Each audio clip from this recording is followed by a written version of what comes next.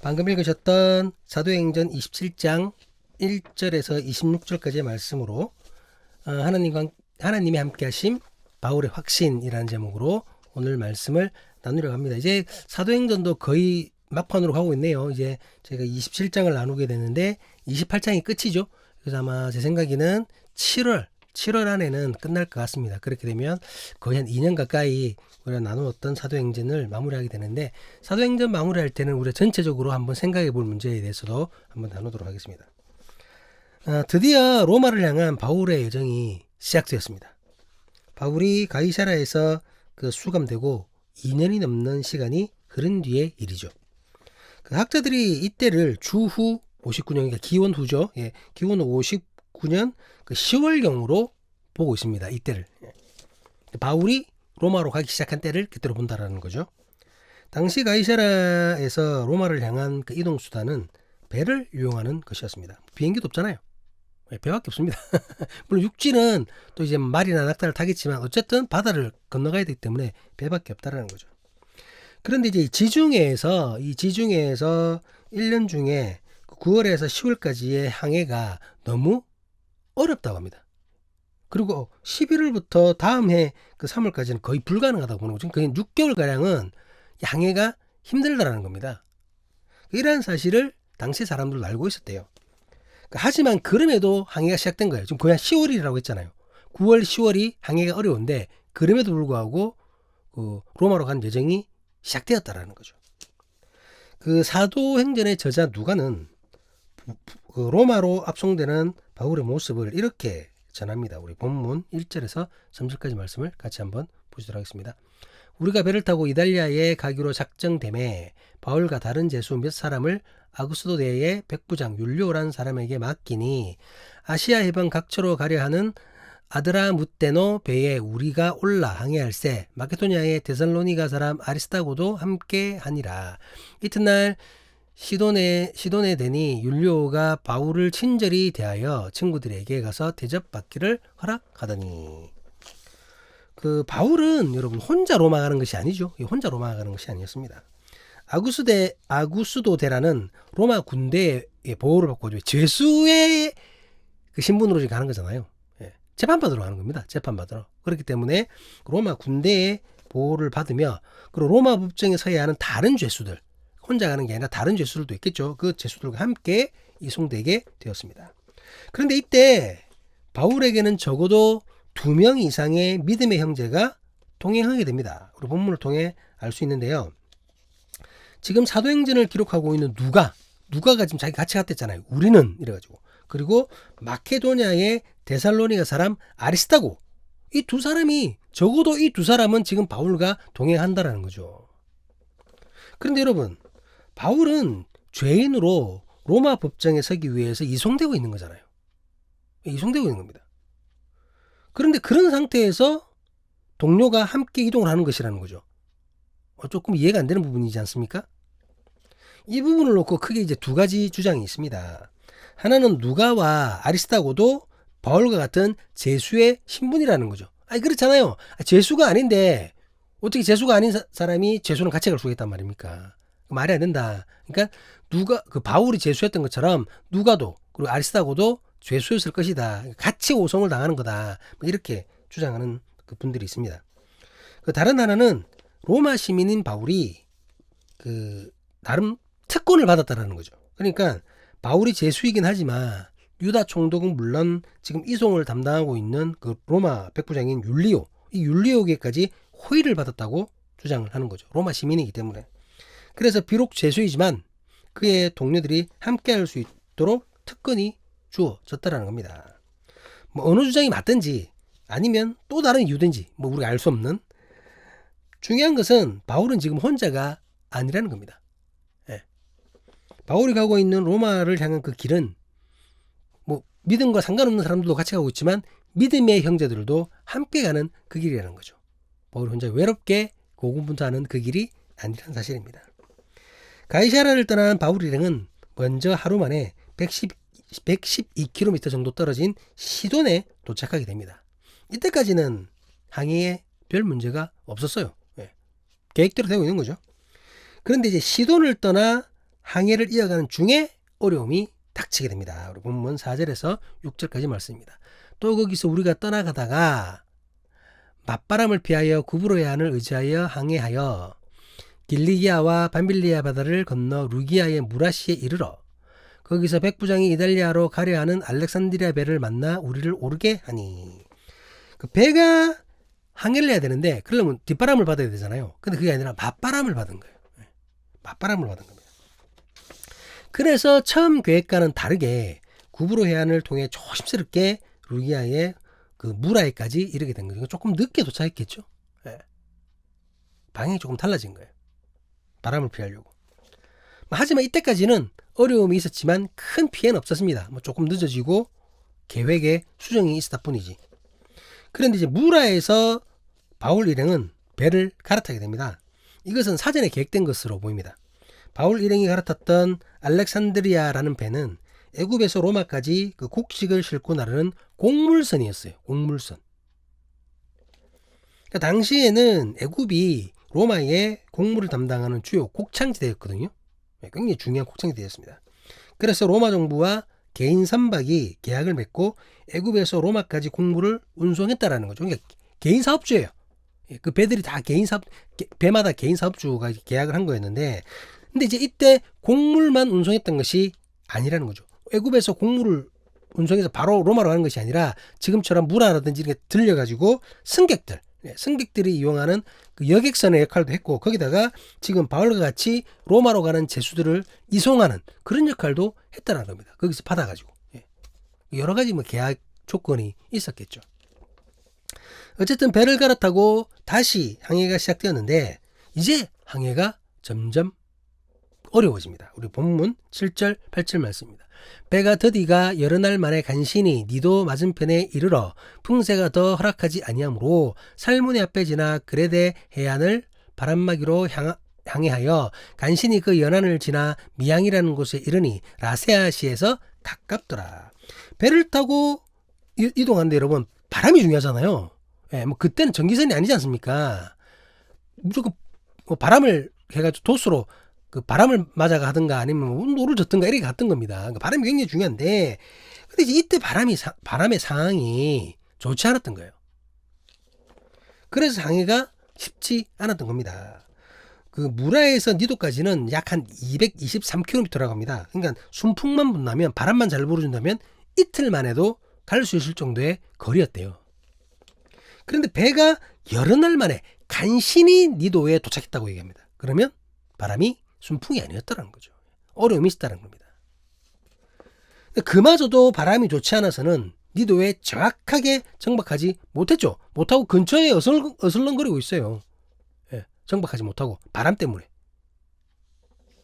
그래서는 결국은 어떻게 됩니까? 그냥 지나치죠. 그냥 지나가게 됩니다. 또 계획이 어긋난 것이죠.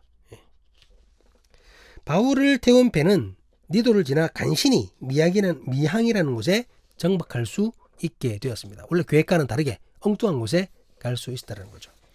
그런데 이제 계속 이 미항에 도착했는데 그럼에도 불구하고 계속해서 바람의 상태가 좋지 않았던 것이죠. 바울을 태운 배는 출발하지 못하고 이 미항에서 출발하지 못하고 여러 날을 머물러야만 했었습니다. 본문 9절 10절 말씀입니다. 여러 날이 걸려 금식하는 절기가 이미 지났으므로 항해하기가 위태한지라 바울이 그들을 원하여 말하되 여러분이여 내가 보니 이번 항해가 하물과 그 배만 아니라 우리 생명에도 타격과 많은 손해를 끼치리라 하되. 그 말씀의 서두에 제가 이제 말씀드렸던 것처럼 그 오늘 본문을 항해하는 그 연도가 주후한 59년 10월경이라고 얘기를 했거든요. 기억나실지 모르겠는데.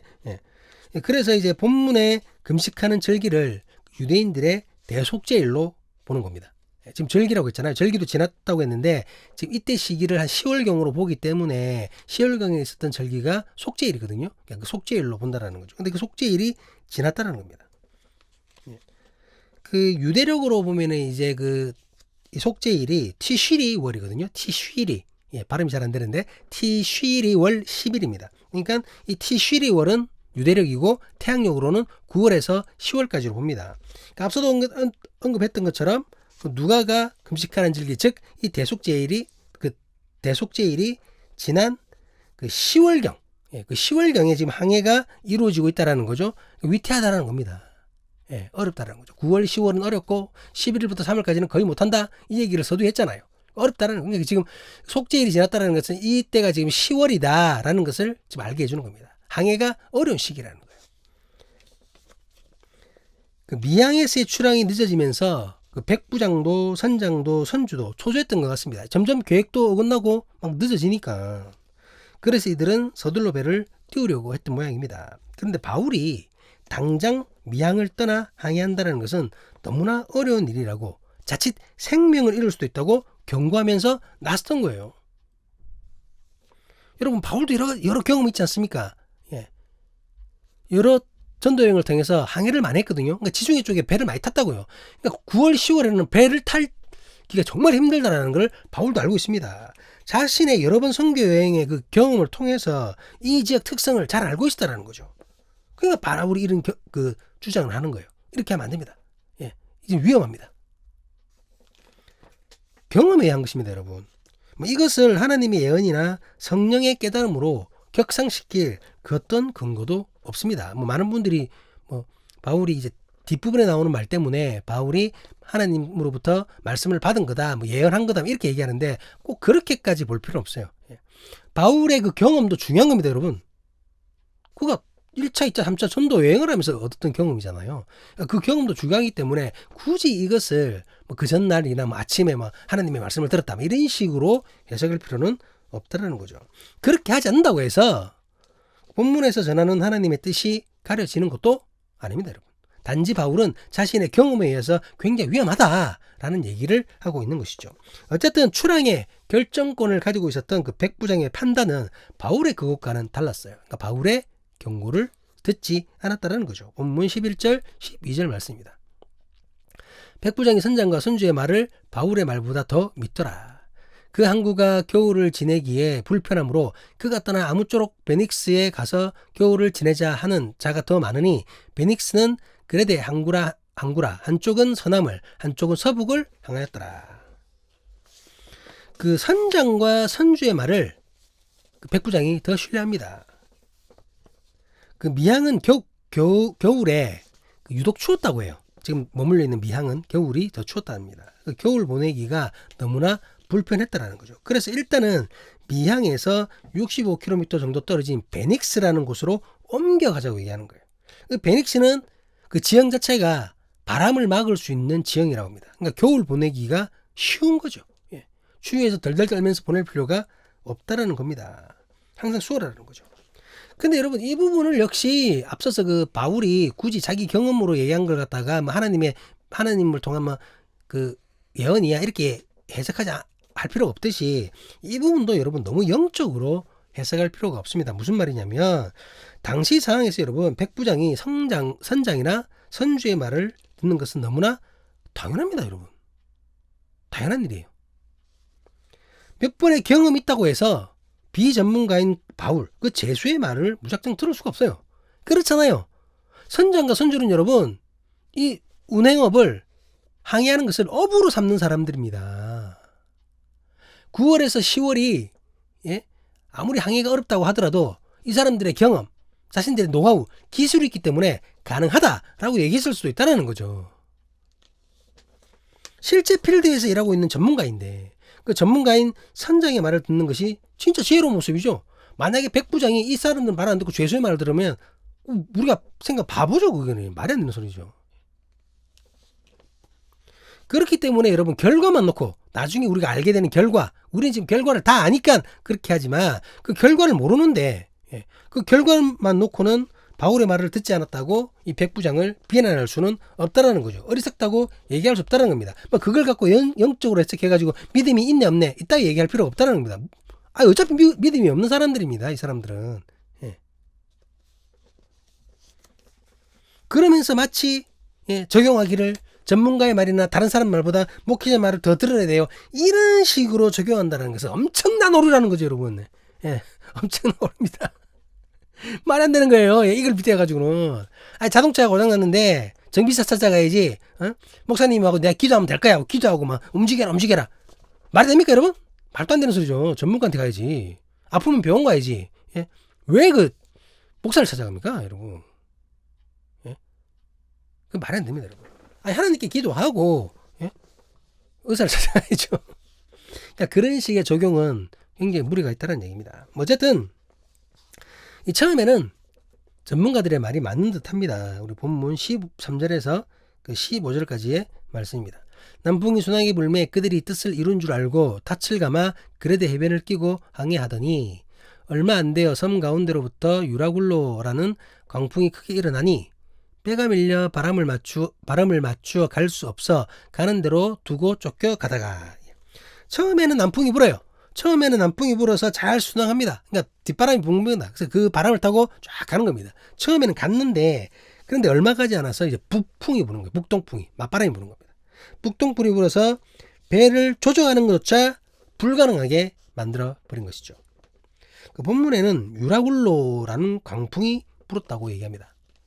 그 유라굴로는 동풍을 뜻하는 그 헬라어 유로스와 북풍을 가리키는 라틴어 아킬로의 합성어예요. 그러니까 동풍과 북풍의 합성을 합니다. 뭡니까 그러면? 동북풍이 되겠죠? 아니면 북동풍이나. 예. 그러니까 남풍이 불어야 되는데 어쨌든 북쪽에서 바람이 부는 거예요. 비스듬하게. 거기다가 이 바람은 광풍이라고 얘기하고 있어요. 광자가 미칠 광자잖아요. 진짜 미칠 광자입니다, 여러분. 미친 바람이죠. 미친 듯이 막 그냥 한쪽으로 부는 게 아니라 이리 불었다 저리 불었다. 이게 뭐 돌풍 같은, 태풍 같은. 예. 그런 바람이 불고 있는 겁니다. 맞바람이 부는데 거기다가 막 이 바람이 그냥 막 미친 듯이 막 불고 있으니까 도저히 불가능하다는 거죠. 이 바람 때문에 움직이기가 힘들다는 겁니다. PPT 하나 보실 건데요. 예. 요게 지금 우리가 지금까지 쭉 살펴오고 있는 그 바울의 여정이고 지금까지 여정입니다. 보이시죠? 가이사라. 예. 가이사라에서 시돈. 이때는 금방 갔잖아요. 하루 만에. 근데 그 다음에 쭉 가다가 맞바람이 부는 바람에 좀 어정쩡하게 힘들게 무라까지 간 거예요. 무라에서 다시 어디 가나요?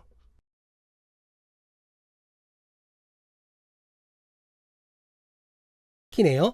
무라에서 꺾여져지는 부분 있죠. 예, 저쪽에 미도가 있습니다. 니도가 있습니다. 니도. 예, 니도를 가려고 하는데 못 갔잖아요. 바람이 불어가지고. 못 가고는 어디 갑니까? 이 밑에 미안까지 간 거예요. 그레데 섬에 미안까지 갔습니다. 거기서 바울은 그냥 멈춰야 된다고 했는데 거기서 안 된다라는 거죠. 겨울을 나기가 힘드니까 선장과 선주의 말을 듣고는 다시 항해를 하는 겁니다. 그래서 저기 보이는 유라굴로 광풍, 저기서 광풍을 만난 겁니다. 예. 이제 나중에 이제 멜레데 갔다가 이제 또 올라가는데 어쨌든 지금 우리가 나눈 데까지가 저기까지예요. 저기까지. 유라굴로라는 이 미친 바람에 의해 바울이 탄 배는 꽤 먼 곳까지 떠밀려가게 됩니다. 우리 본문 16절에서 19절까지 같이 한번 보시도록 하겠습니다. 가우디라는 작은 섬 아래로 지나 간신히 거루를 잡아 끌어올리고 줄을 가지고 선체를 둘러 감고 스르디스에 걸릴까 두려워하여 연장을 내리고 그냥 쫓겨가더니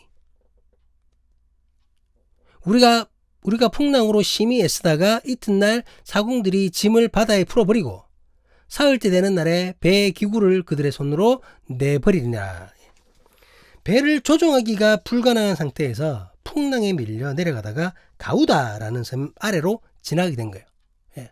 섬에 정박한 게 아닙니다. 그 섬을 지나가게 된 거예요. 그런데 이때 가우다 섬이 바람막이 역할을 했다라는 거죠. 그래서 조금 풍랑이 약해졌습니다. 잠시 풍랑이 억제가 된 거예요. 그래서 그때 이 기회를 놓지 않고 배를 재정비하는 겁니다. 지금 난리가 났을 거 아니에요. 막 바람 때문에 재정비를 하는 겁니다.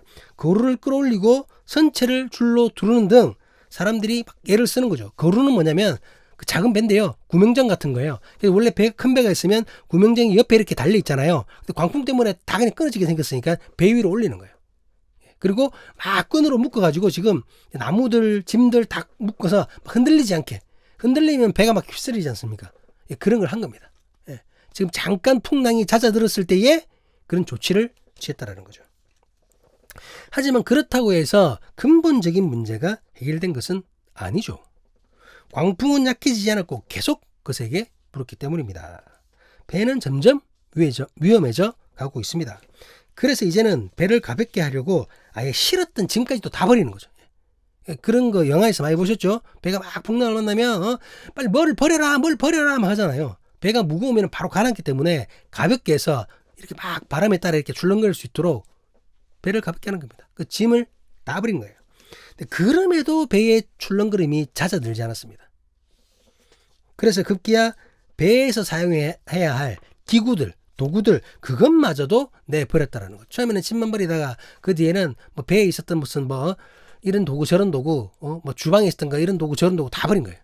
항해할 때 필요한 것들인데 일단 살고 봐야 되니까 다 버린 겁니다. 다 버린 거예요. 이런 상황에서 여러 날이 지나면서 사람들은 희망을 잃어버리게 되었습니다. 본문 20절입니다. 여러 날 동안 해도 별도 보이지 아니하고 큰 풍랑이 그대로 있음에 구원의 여망마저 없어졌더라. 풍랑은 여전히 거칠고 구름으로 인해 해와 별도 보이지 않습니다. 해와 별이 있어야 지금 이게 어디쯤인지 어느 방향인지 알 거 아니에요. 방향을 알 수도 없고 지금 우리가 어디로 가고 있는지도 모르는 상황입니다. 어디쯤인지도 아무것도 모르는 거죠. 사람들은 절망에 빠졌고 그저 죽음을 기다릴 수밖에 없는 그런 상황이 되어버린 것입니다. 그런데 이런 중에 모두가 절망 가운데 빠졌을 때에 하느님의 사람 바울이 나서게 됩니다. 본문 21절 22절입니다. 여러 사람이 오래 먹지 못하였음에 바울이 가운데 서서 말하되 여러분이여 내 말을 듣고 글에 대해서 떠나지 아니하여 이 타격과 그 손상을 면하였더라면 좋을 뻔하였느니라. 내가 너희를 권하노니 이제는 안심하라. 너희 중 아무도 생명에는 아무런 손상이 없겠고 오직 100분이러라. 바울은 그 미양에서 전했던 자신의 주장을 상기시킵니다. 자기는 항해하지 말자 했잖아요. 근데 그 말 안 듣고 지금 항해하다 이래 됐거든요. 근데 이제 사람들에게 추랑을 반대했던 자신의 말을 듣지 않았음을 주지시키는 거죠. 그런데 이것은 지난 일을 책망하기 위해서가 아닙니다. 과거의 잘못을 들춰내기 위함이 아니라는 거죠. 그때 내 말 들었어야지 이 바보들아 이런 얘기가 아니라는 거죠. 바울은 자신의 말이 신뢰할 만한 말이라는 것을 나타내기 위해서 그때를 상기시키는 거예요. 내 말이 맞았지? 난 신뢰할 만한 사람이야. 그것으로 이제 할 말에 대해서 믿음을 가질 수 있게 하려는 거죠. 지금부터 할 말에 대해서. 그러니까 과거에 왜 내 말을 안 들었니? 이렇게 따지려고 한 것이 아니라 지금 무언가를 얘기할 텐데 그 말을 하기 위해서 내 말이 신뢰성이 있었잖아. 내 말이 맞았지? 그러니 지금 내 말을 들어봐. 이 얘기를 하는 겁니다. 그런 다음에 하는 말이 뭐냐면 어느 누구의 생명도 상하지 않을 것이라는 희망의 메시지를 주는 겁니다. 희망의 메시지를. 그렇게 얘기를 한 거죠. 그런데 이런 바울의 말은 자신의 주관에 의해서 아니면 자신이 임의로 그렇게 한 말이 아니라는 겁니다. 우리 본문 23절 24절입니다. 내가 속한 바 곧 내가 섬기는 하나님의 사자가 어젯밤에 내 곁에 서서 말하되 바울아 두려워하지 말라. 내가 가이사 앞에 서야 하겠고 또 하나님께서 너와 함께 항해하는 자를 다 내게 주셨다 하였으니 바울의 선포는 불안에 떨고 있는 사람들을 위로하겠다는 그런 마음으로 전했던 게 아니에요. 아이고 근데 저 사람들 힘들하네. 위로해야 되겠다. 산다고 얘기해줘야지. 이렇게 해서 전한 말이 아니라는 겁니다. 위기의 사람들에게 어설프게 희망을 주려고 했던 말이 아니에요. 자기 마음으로 전한 것이 아니라는 겁니다. 하나님의 사자를 통한 명확하고 분명한 하나님의 메시지를 전한 것입니다. 그러니까 바울의 위로가 아니라 하나님의 말씀이 선포되어진 겁니다. 이해되시나요? 우리는 이 사실을 주목할 필요가 있습니다. 바울이 지금 위로하는 것이 아니라 하나님의 말씀을 선포하는 겁니다. 여러분, 힘들어하거나 불행이 닥친 성도들을 보면 어떻게든 위로하고 힘을 주려는 마음이 앞서는 것을 보게 됩니다. 믿음의 형제 자매이기에 어쩌면 이런 마음이 드는 것은 당연하다고 할 수 있습니다. 그런데 정말 그 형제에게 위로가 되는지 아니면 그저 내가 힘들어하는 형제를 위로했다라는 자기만족인지를 잘 구분할 필요가 있다는 거예요. 그러니까 정말 저 사람을 위한 건지 아니면 내 의를 위한 건지 분명하게 해야 된다는 겁니다. 어떤 때는 위로가 되기는 그냥 다른 상처가 될 때가 있습니다. 더 큰 상처가 될 때도 있고. 어설프게 뭐 기도가 부족해서라느니 아니면 믿음이 없어서라느니 의심해서 그렇다느니 하나님의 뜻을 그러니 더 열심히 기도해라고 예배에 더 열심히 참여하라고 교회 봉사 하나 더 하라고 성경 성경 말씀 읽는 거, 예, 그 시간을 늘리라고 이러면서 자기 마음대로 재단하고 자기 마음대로 진단과 처방까지 내리는 경우가 허다다란 겁니다, 여러분. 믿는 사람들이. 여러분, 자기가 그 사람이 기도 안 하는 거 봤어요? 그 사람이 기도 안 하는 거 봤습니까? 24시간 내내 쫓아다니나요? 아니, 일이 안 된 거 보니까, 위험한 거 보니까 니는 기도 안 했어. 뭐 이런 거 아닙니까, 지금? 자기 추측이잖아요. 그 사람이 믿음이 큰지 작은지 무슨 기준으로 얘기합니까?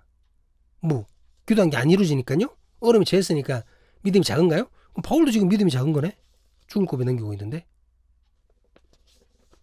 알고 보면 지금 어줍지 않게 위로하는 당신보다 훨씬 더 봉사하고 훨씬 더 많이 예배에 열심인 사람이 허다할 겁니다.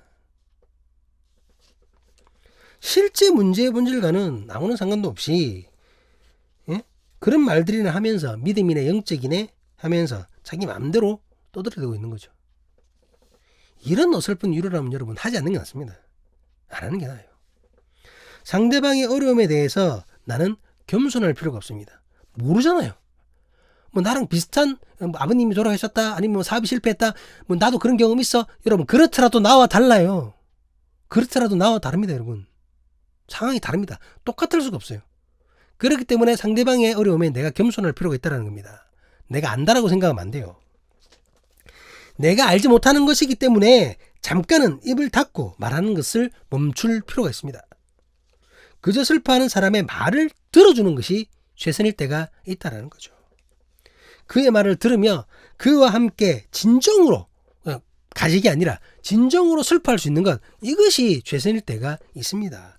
여러분, 그러다가 본문의 바울처럼 하나님의 말씀이 깨달아진다면 그때 나의 위로가 아닌 하나님의 말씀으로 치유될 수 있도록 도와주는 거죠. 내가 위로하는 것이 아니라 내 위로가 그 사람한테 무슨 치유가 됩니까, 여러분?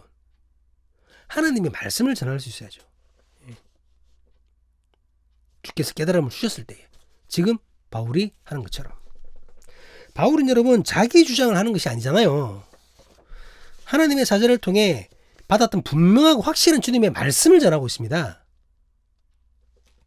그렇기에 그는 너무나도 당당하고 자신 있게 선포할 수 있었던 것이죠. 본문 25절 26절 말씀입니다. 그러므로 여러분이여 안심하라. 나는 내게 말씀하신 그대로 되리라고 하나님을 믿노라. 그런즉 우리가 반드시 한 섬에 걸리리라 하더라. 바울은 하나님의 말씀을 전하며 그 말씀 그대로 될 것임을 믿음으로 선포합니다. 그리고 구체적인 상황까지 제시하며 살아계신 하나님의 능력과 그 하나님을 믿는 자신의 믿음을 온전히 전했던 것입니다. 말씀을 마무리하려고 합니다. 가이사랴에서 시작된 로마를 향한 바울의 여정은 처음부터 삐걱대었습니다. 계획대로 되는 것은 없었고 미친 바람과 거친 파도가 생명을 위협하기까지 했습니다. 모든 사람들이 희망을 잃고 그저 힘없이 죽음을 기다리고 있었습니다. 그렇다면 이렇게 일이 어렵게만 되는 것을 볼 때에 바울의 이 길은 하나님의 뜻이 아닌 것 아닙니까? 로마를 향한 바울의 비전은 그냥 자기 생각 아닐까요? 나 바울 가고 싶은데 이게 하나님의 뜻인가 봐. 뭐 이런 거 아닐까요? 결코 그렇지 않다라는 거죠. 모든 이들이 희망을 잃고 죽음만을 기다리던 그 가운데서도 하나님께서는 여전히 바울과 함께 하셨습니다. 갑자기 항해가 계획대로 진행될 수 있도록 도우시거나 바람과 파도를 잔잔하게 해주신다거나 그렇게 하지 않으셨습니다. 그렇게 안 하셨어요. 어려움 중에, 힘든 중에, 희망을 잃은 중에, 그런 중에 당신께서 함께하고 계신다는 그 사실만을 드러내셨다는 거죠. 중요한 것은 위기 속에서도 바울이 하나님을 믿고 끝까지 소명을 포기하지 않는 것에 있습니다. 사랑하는 사람의 교회 신앙 공동체 여러분, 때로는 제대로 진행되지 않은 일을 보면서 그것이 하나님의 뜻이 아닌가 하는 의문이 들 때가 있습니다. 하나님의 뜻이라면 잘 돼야 될 텐데, 하나님의 뜻인데 왜 이래 방해가 많지? 하나님의 뜻인데 나는 왜 하는 일마다 이 모양이야? 하나님의 뜻이 아닌가? 이럴 때가 있다는 거죠. 그런데 하나님의 뜻은 일의 진행이 순조롭느냐 그렇지 않느냐를 가지고 평가할 수 있는 것이 아닙니다. 하나님의 뜻은 말씀을 기준으로 말씀으로 판단되어야 되는 겁니다. 오히려 하나님의 뜻이기에 더 많은 방해가 주어질 수 있습니다. 하나님의 원하심이기 때문에 더 많은 공격을 받아야 할 때가 있습니다.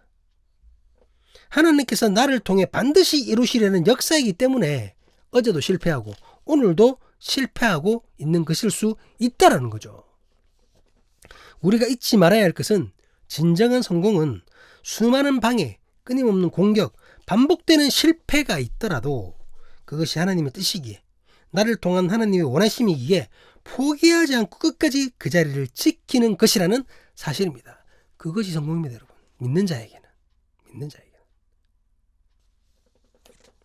확실한 하나님의 소명 앞에서 내가 포기하지 않을 때 하나님께서는 어려움을 감당할 수 있도록 함께 하심을 나타내 주실 것입니다.